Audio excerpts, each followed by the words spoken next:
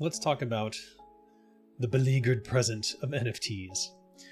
The main implementation that we're seeing for NFTs is as art. So you'll see OpenSea and various other institutions forming marketplaces where you can buy, sell, trade art and create tokens that become art or are attached to art. But all of this is stored on a server, so you're not really doing anything in terms of putting that art on the blockchain. It's not on the blockchain. It's simply a marker on the blockchain that is connected to the piece of art. That may change in the future, but for now, that's how it is.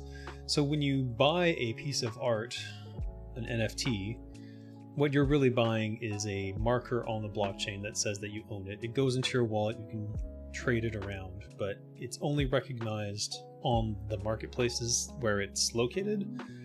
And if there's a server that is connected to a link, then it's connected to that link. But if the server ever goes down, obviously the art is gone, but it's not really gone, obviously, because you'll probably right-click and download it, won't you?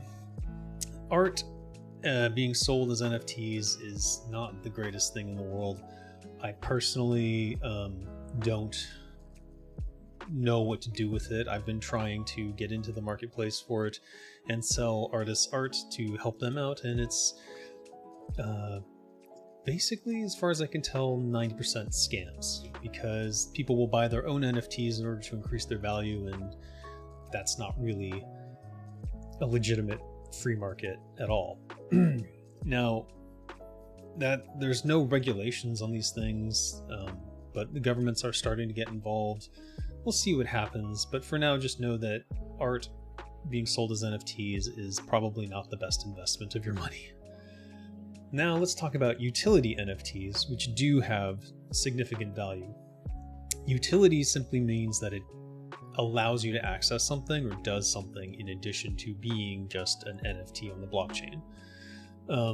Generally speaking, it's been used for things like access to a location, access to a network, or access to some sort of information. And the more utility that an NFT provides consistently, the better it is in terms of cost. Now, not every NFT has utility, but some do. So for the Bored Ape Yacht Club, whatever, they added some utility to theirs. It became an exclusive community, and you had to have one in order to get into that community. And you can really do that with any NFT because you're really just checking that someone owns something on the blockchain. If it's in your wallet, then you can give them access to whatever the thing is that you're going to give them. And how this connects to games, because in games you obviously get a lot of utility from your NFTs because they do things in the game world. So let's talk about play to earn next. In play to earn, you're basically playing the game in order to get either tokens or NFTs, which can then be sold for money. How much money that is fluctuates a lot, and we saw things like Axie Infinity becoming extremely valued, and in fact becoming a way to earn a living wage in the Philippines for a while.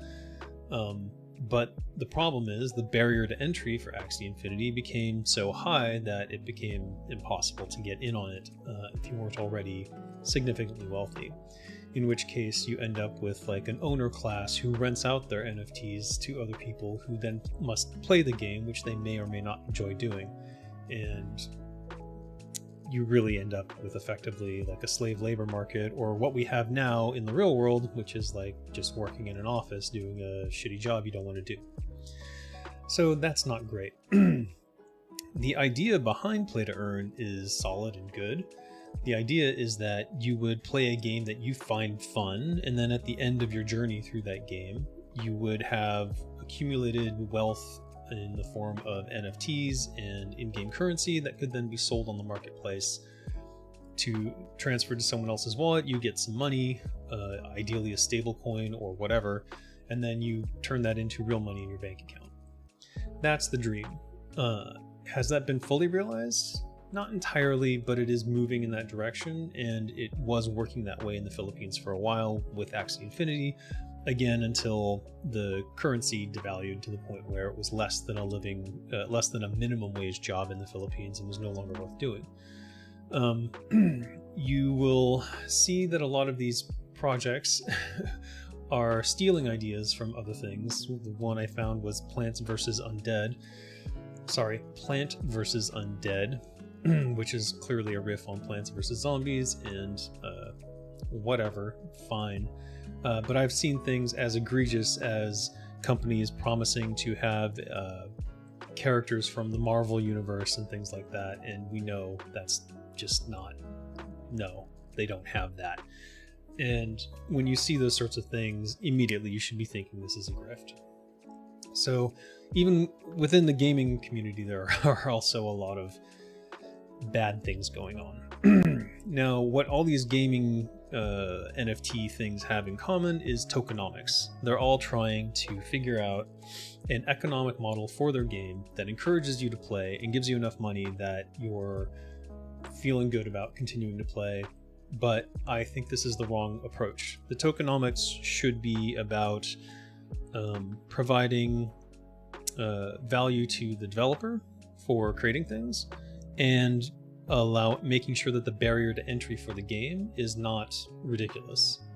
And no one's doing that currently, so I don't have any recommendations as of yet, but I am working with some of these companies to try and push them in that direction. We'll see how that goes. And then finally, we have games as a promise. So currently in the corporate world, we have games as a service. Now we have games as a promise. What you'll find when you look through all these NFT games that are coming up is that they are basically based on a prayer and a dream. They have a white paper, which if you read through it, you will find that the majority of them have no idea what they're talking about. Maybe it's not as obvious to a layman because a lot of people buy into these ideas and they start throwing money at these companies. But I have not read a white paper that makes sense in terms of the game itself, the mechanics that they're promising, the systems that they're promising, and the time frame that they're offering them in. What you'll commonly find is that the majority of these companies are saying, we'll have a game in 3 months, and then you look and it's an MMORPG with like 10 classes and dozens of races, and this is impossible. Anyone should know that this is impossible. So it's confusing to me when these companies get major investments from a large group of people, but it's their money to throw around, and my guess is that a lot of it is funny money. People who made bought Ethereum really early, just have tons and tons of tokens, ridiculous amounts of wealth, and then are just throwing it at these things for fun. And a lot of these companies end up being purchased by whales for that reason and for the purposes of buying that promise. But the problem is that most of these companies cannot deliver. And I say that as a game developer who is trying to be on the forefront of NFT gaming. Most of these companies cannot deliver. So that's the present version of NFTs and what's going on right now. And it's grim. And you're right to be doubtful, and I would avoid art NFTs unless you really know what you're doing. Utility NFTs, if it's something that you really want or need in terms of joining some club, or it's an online thing that requires an NFT for access, then it might make sense.